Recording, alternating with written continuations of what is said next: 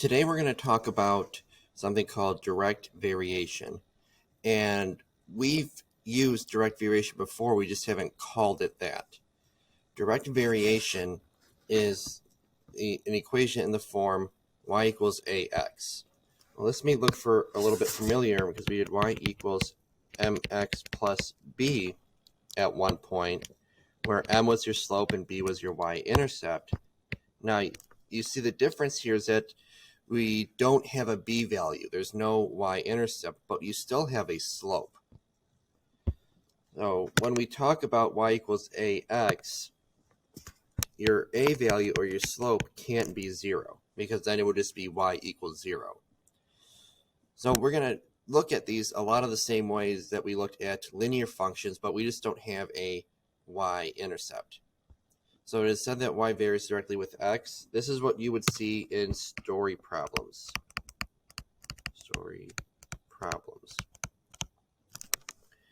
And the non-zero constant, that a term, is called the constant of variation. But if we compare that to y equals mx plus b, we see that your a value is just your slope. So when I ask you for that constant of variation, it's just a fancy way to ask for what is a slope here. So you can go about it the same way. So you can look at the graph.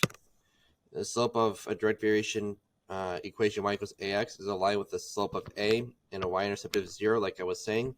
Look at this line here. It has a y-intercept of 0 and a slope of 1/2. So that would be your constant of variation, 1/2. You see this other line, slope of 0 and a slope of -1. Again, that would be your constant of variation. So if we look down here, it says write and graph a direct variation equation that has -3, -9 as a solution.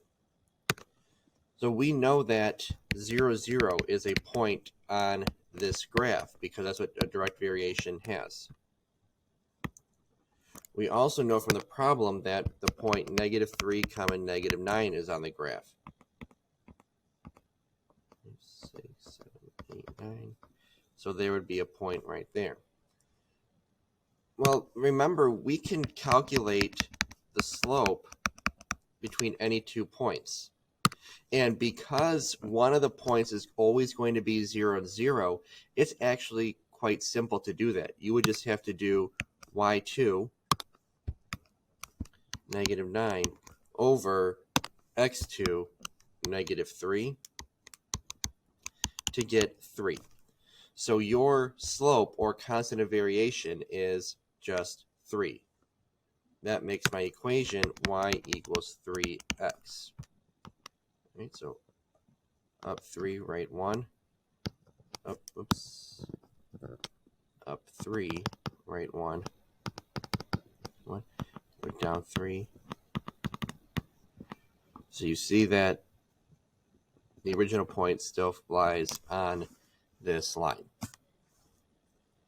Example 2, it says Hooke's law states that the distance d of a spring stretches varies directly with the force that is applied to it.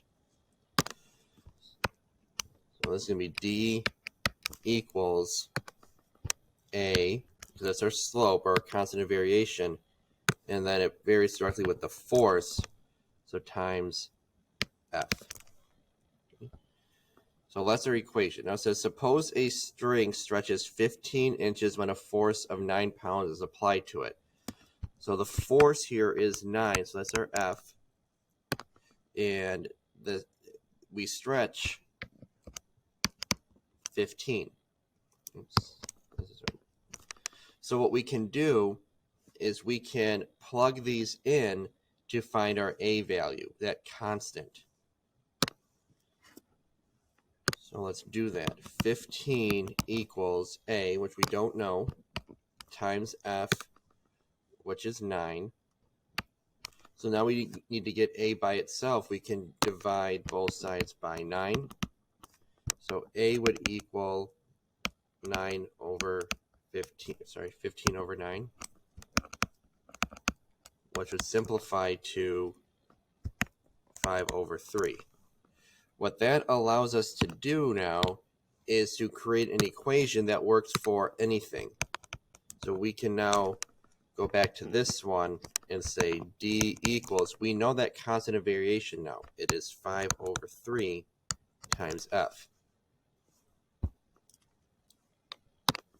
So now letter B says predict the distance that the spring will stretch when a force of 9 pounds is applied. So d equals 5 over 3 times 6. That's going to be 30 over 3, which is going to be 10 inches. So to summarize, what we did is we wrote an equation based on Hooke's law, d equals AF. We got that from the directions. We then plugged in a point. You could think about it as a point that 9 is the force, 15 was the stretch, and then we were able to find this constant of variation, or the slope. Let's look at the next page. It says a recipe for 24 corn muffins calls for 3 cups of flour. The number of muffins M varies directly with the amount of flour F you use. So the number of muffins M varies directly with the amount of flour you use F. Oops. So M is equal to A times F. And again, A is your slope. So 24 corn muffins, that's M. 3 cups of flour, that's F. So we can say that 24 is equal to A times 3, and we divide both sides by 3, A is equal to 8. Now, you might see a shortcut that we could have done at the beginning. We know we're going to divide both sides by F, that 3. You could have just said that A is equal to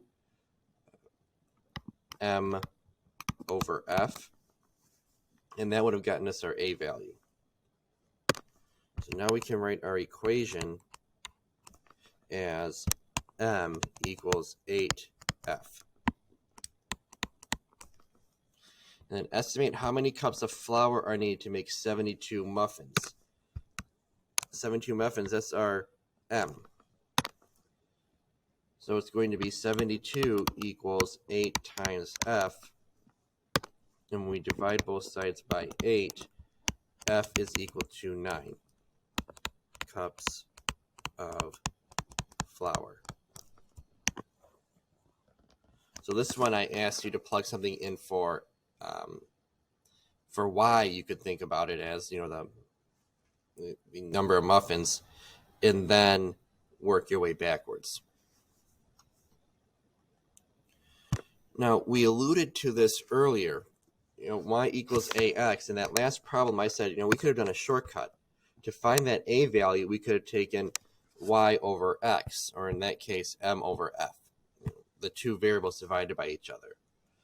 And if we're given a table like we are below, we should be able to take all of the y values and divide them by the x values, and that should give us the same constant.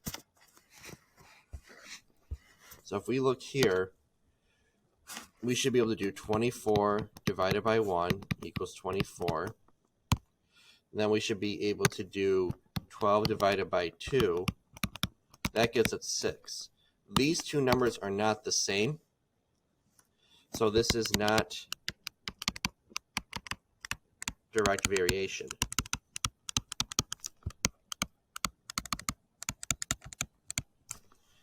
It would have to be the same for each one of them.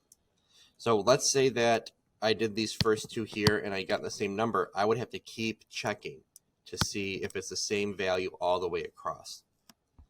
So what I want you to do with these tables is get out your calculator and do y divided by x for all of these and see if you get the same value each time. So go ahead, pause the video, try it. Once you're done, unpause it and we can talk about it.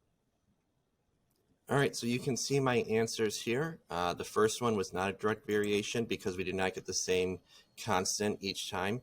But the other two were direct variations. And you can see that after I got that constant, I was able to then write the equations here. So direct variation is pretty simple. It's just you got to make sure to read the directions carefully. So thanks for watching. Make sure to like and subscribe.